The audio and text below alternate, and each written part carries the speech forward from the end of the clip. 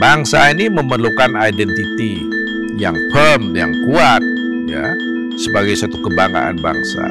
Maka dari itulah Garuda saya pakai. Saya dengan keras membuktikan diri saya bisa berdiri sendiri. Maka dengan memohon kepada Sang Hyang Widya Wase dan dengan mengucapkan Bismillahirrahmanirrahim, saya resmikan patung Garuda Wisnu Kencana malam hari ini.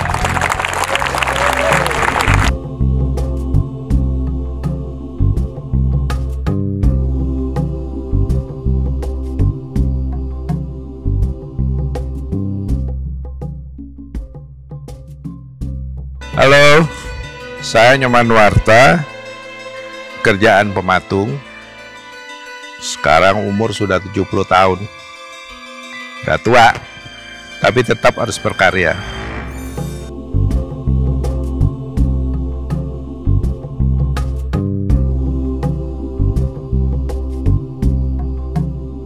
Saya mendapat undangan, kalau nggak salah ada 4 arsitek dan 1 saya. Ya. Nah ini kita dikasih waktu pada saat itu ya 10 hari, tapi desainnya itu ada 12 kalau nggak salah. 12 desain selesai dalam waktu 10 hari. Kita ketahui ya bahwa suku bangsa di Indonesia banyak sekali dan masing-masing punya identitas sendiri. Kurang lebih ada 700 lebih, itu 740 atau berapa ya suku bangsa di Indonesia, bukan main itu kan. Nah, seandainya saya pakai, ya kebetulan saya di Bali, saya bawalah arsitek Bali misalnya untuk di istana, tentu yang lain akan marah, cemburu.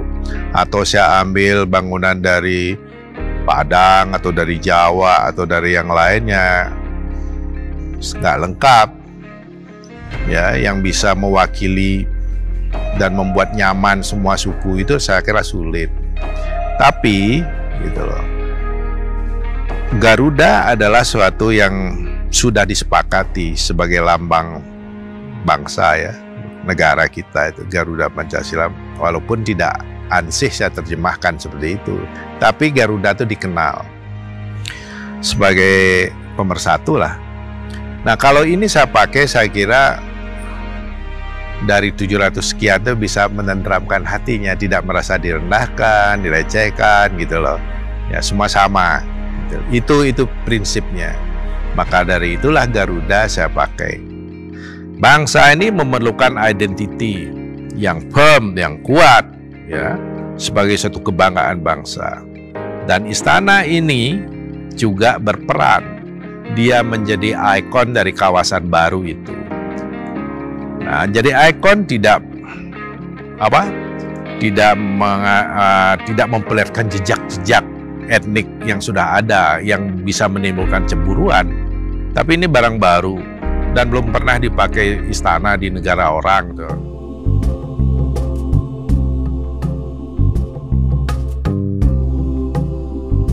Ya ini Garuda ini adalah kantornya presiden. Ya, istana itu ada depannya. Yang dinamanya istana itu lebih sifatnya formal. Menerima tamu-tamu agung tuh diterima di sini, ya di depan ini. Nah nanti kalau presiden kantornya di sana, dia bisa melalui eskalator maupun penikular. Penikular itu model eskalator tapi dia tuh kayak lift gitu ya, supaya orang-orang handicap bisa pakai itu. Kalau eskalator kan susah. Nah itu dia menuju ke sini. Ini sebenarnya kaca ini. Kaca kalau presiden pengen memperlihatkan kotanya, ya ini dari sini. Atau kalau lagi musim baik, tidak hujan, bisa dari outdoor di sana, itu kan rumput nanti, taman ya. Ini adalah kantor presiden. Luasnya kurang lebih 8.000 meter persegi. Itu ditentukan begitu. Kalau dulu permintaannya agak berbeda.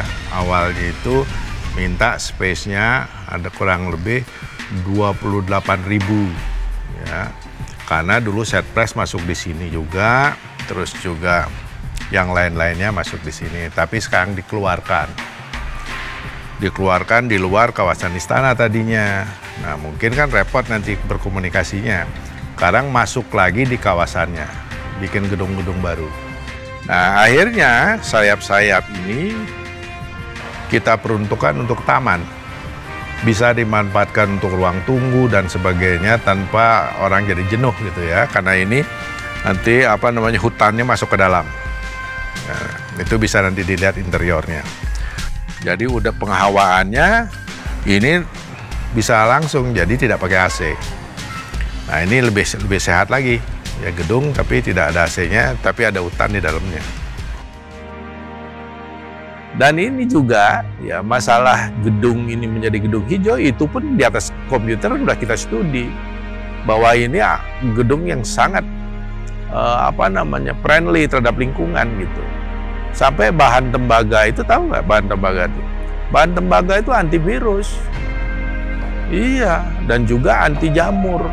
Jadi dia akan tahan bisa ratusan tahun. Itu memang betul dia bisa panas gitu. Nah, karena matahari itu makanya sering dimanfaatkan untuk juga pembangkit listrik gitu.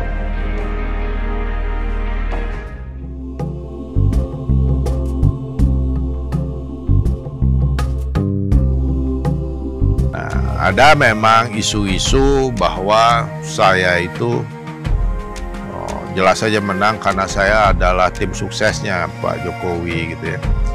Saya kenal Pak Jokowi baru-baru saja. Sewaktu ada kunjungan Perdana Menteri India, Pak Modi itu. Karena Pak Modi janjian sama saya ya di India karena saya pernah diundang ke istananya ya.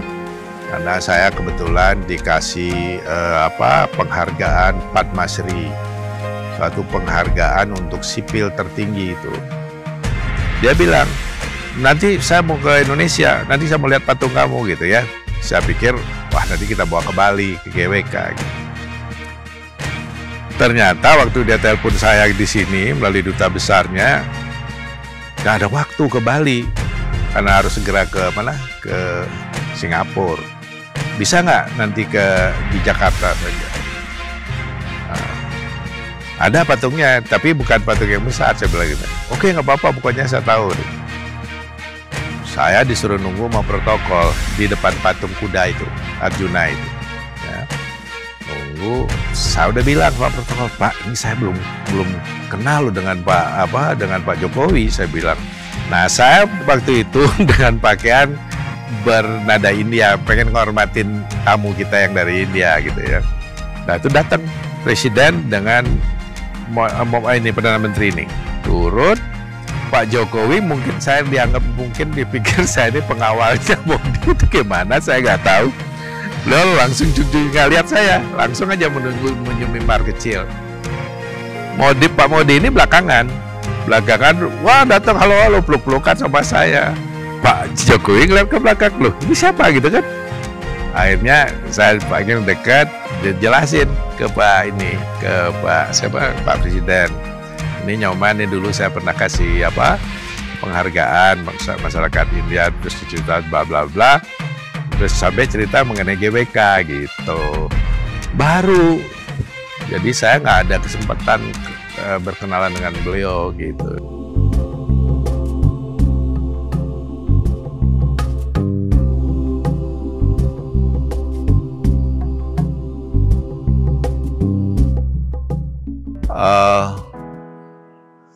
Saya merasa gitu ya, karena kebetulan lingkungan saya kan di Bali. Kakek saya itu kan seniman Bali gitu, ya, arsitek. Juga ayah saya itu seorang kelihan yang tahu tata krama Bali lah gitu ya.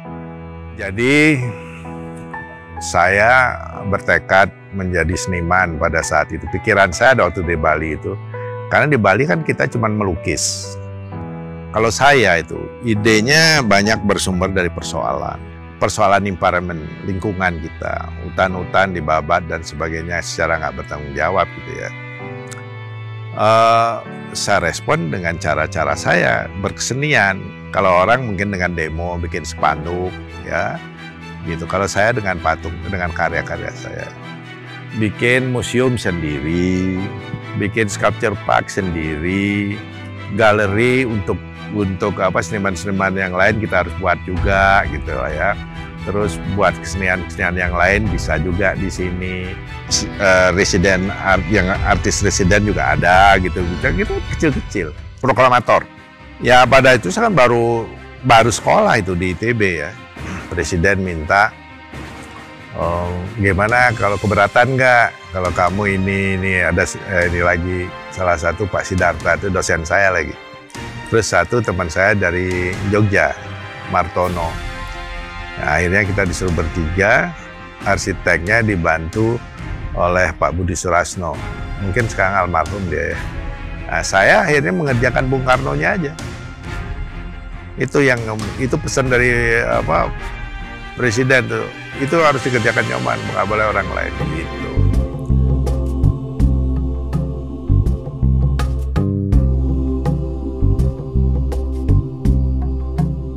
Arjuna Wijaya itu adalah patung saya. Itu bukan milik DKI, jangan salah. Tanahnya DKI, saya dikasih hak di situ. Untuk membangun itu, boleh ada sekeping tulisan, saya boleh nyari sponsor. Pak Harto itu kalau nggak salah dia habis diundang ke Turki kalau nggak salah. Nah di perjalanan dari airport menuju istana didampingi Presiden Turki. Dia cerita, waduh saya tuh diceritain sejarahnya itu kan ada patung ini, patung itu dilewat itu, dia ceritain semua ada saja backgroundnya.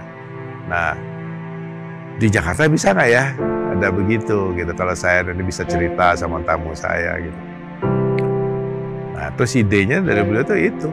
Bingung juga tuh. Waduh, cerita wayang disuruh bikin patungnya. Itu kan gak mudah kan kita menerjemahkannya itu. Gitu. Akhirnya saya sodorkan seperti itu, beliau setuju. Nah, itu kan Arjuna. Ya. Yang dikusiri oleh Krishna. Yang namanya Bhagavad Gita, di mana ajaran Arjuna itu ragu-ragu dalam bertempur itu, karena dia sadar dia melawan saudaranya Adipati Karna. Adipati Karna ini sakti luar biasa. Pasukan Pandawa itu sudah tinggal beberapa divisi saja dihabisi oleh dia. Nah, yang hanya bisa membunuh dia adalah saudaranya, yaitu Arjuna dengan panahnya yang sakti itu, gitu loh ceritanya. Nah, kalau kita memutuskan sesuatu yang menimpa saudara kita kan ragu-ragu, ya kan? Wajar gitu loh. Tapi kita harus ingat, kepentingan siapa ini? Untuk apa? Kepentingan dalam membela negara.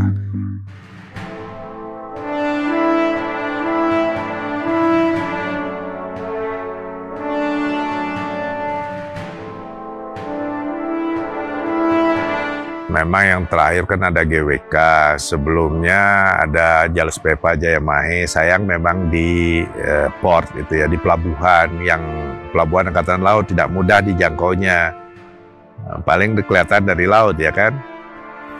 Itu eranya KSAL-nya Pak Arifin ya. Beliau berani memutuskan sesuatu.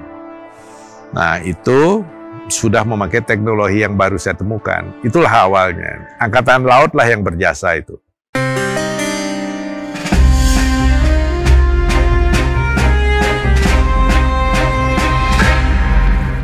Bali itu, ya, yang namanya Bali terkenal begitu terus kan.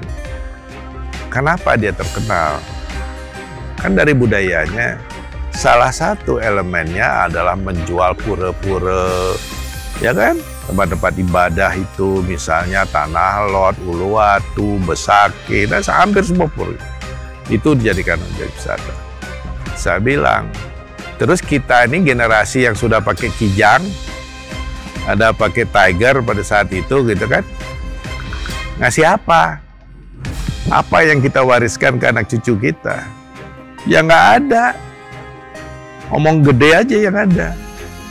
Nah, saya ingin memberikan Bali itu patung besar, bukan omongan gede. Wisnu ini kan lambang dari environmental, lambang dari kehidupan. Ya, kehidupan ini harus didukung. Nah, si yang mendukung itu Garuda itu. Garuda itulah alamnya. Ya, makanya dia gitu.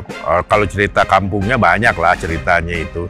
Tapi kalau saya lihat itu simbol yang luar biasa, yang masih relevan dengan zaman sekarang karena masalah kehidupan. Ya.